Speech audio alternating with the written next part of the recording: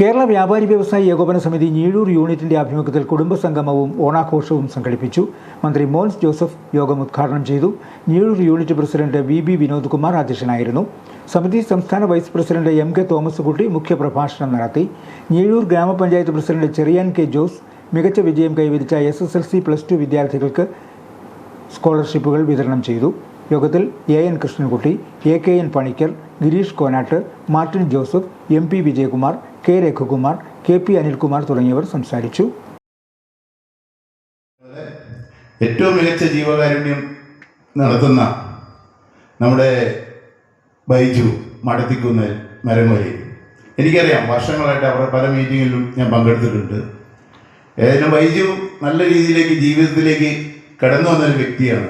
അതുകൊണ്ട് അദ്ദേഹത്തിന് അതിൻ്റെ മുൻകാല കാര്യങ്ങളെല്ലാം കൃത്യമായിട്ട് അറിയാം.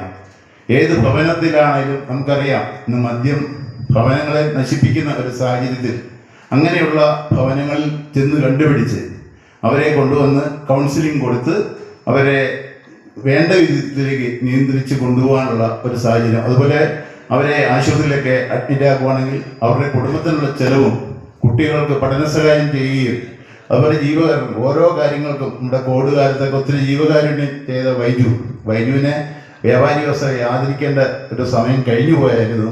എങ്കിലും ഈ സമയത്ത് ഇപ്പോൾ നമ്മുടെ എല്ലാ കുടുംബ സംഗമവും നടത്തുന്ന സമയത്ത് ബൈജുവിനെ ആദരിക്കാം എന്നുള്ള ഒരു ചടങ്ങിലാണ് ഞങ്ങൾ ഏറ്റെടുത്തത്.